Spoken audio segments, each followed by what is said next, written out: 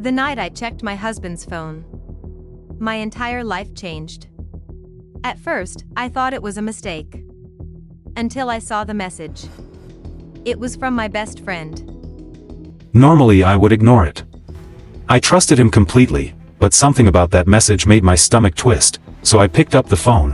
When I unlocked it, the message appeared right there in front of me. Last night meant everything to me. I can't wait to see you again. I love you.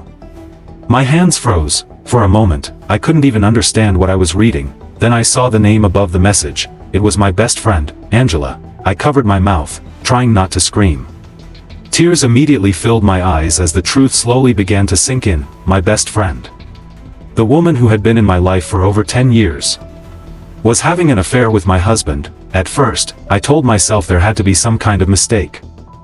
Angela wouldn't do this to me. She was more than a friend. She was like a sister. She had stood beside me on my wedding day. She held my hands when I cried during hard times. She knew everything about my life, or at least I thought she did. My mind kept racing as I scrolled through their messages. There were hundreds of them, late-night conversations, secret meetings, romantic words, and then I saw the message that completely shattered me. Daniel had written, "I wish I had met you before I married her." That was me. At that moment, I felt something inside my chest break. I slowly turned and looked at my husband sleeping peacefully beside me. How could he sleep like nothing had happened? How could the man who promised to love me forever betray me like this? But the worst part wasn't even him, it was Angela. I remembered all the times she came to our house, all the times we laughed together, all the times she hugged me, and all that time she was secretly stealing my husband. Tears rolled down my face as memories replayed in my mind. I remembered one evening about 3 months earlier. Angela had come over for dinner. She sat across from Daniel at the table, laughing at everything he said.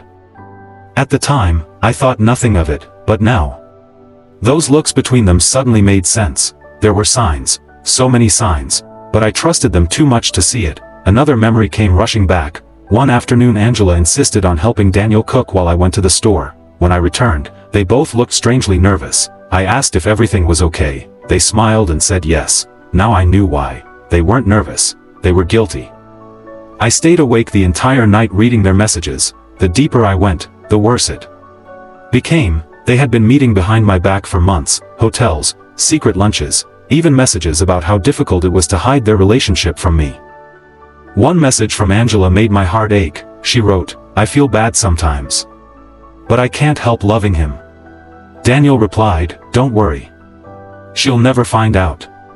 At that moment, I realized something painful. They didn't just betray me, they underestimated me. They thought I would never know. But now I knew everything. The next morning, Daniel woke up and noticed I was already dressed. My eyes were red from crying. He looked confused. "Are you okay?"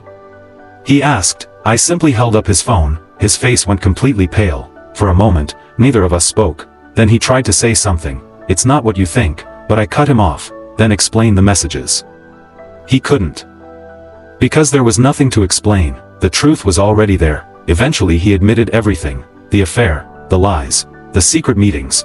And then he said something that hurt even more. He told me he had developed real feelings for Angela. I felt like the floor had disappeared beneath my feet. 10 years of friendship, 5 years of marriage, destroyed by 2 people I trusted more than anyone else. Later that day, I called Angela. My hands were shaking as the phone rang. When she answered, her voice sounded cheerful. "Hey. What's up?" For a moment, I almost couldn't speak. Then I asked her one simple question. "How long have you been sleeping with my husband?" The silence on the other end of the phone was deafening. She knew the truth was out. At first, she tried to deny it, but eventually she confessed, and what she said next shocked me even more. She admitted that she had feelings for Daniel long before the affair started. Apparently, she had been jealous of my relationship for years, instead of supporting me like a true friend. She secretly wanted my life, and she took it. After that conversation, something inside me changed. I realized something important. These 2 people thought they had destroyed me, but they were wrong. They had only revealed their true selves, and while they lost their integrity, their loyalty, and their honesty, I still had mine. In the weeks that followed, Daniel moved out. Angela stopped contacting me completely. But slowly, my life started to change. I focused on rebuilding myself. I started working on my dreams again. I spent time with people who actually cared about me. And one day, I looked in the mirror and realized something surprising. I wasn't broken anymore, in fact. I felt stronger, because the truth is, losing fake people is never a real loss, it's a lesson. Daniel and Angela thought they were winning when they betrayed me.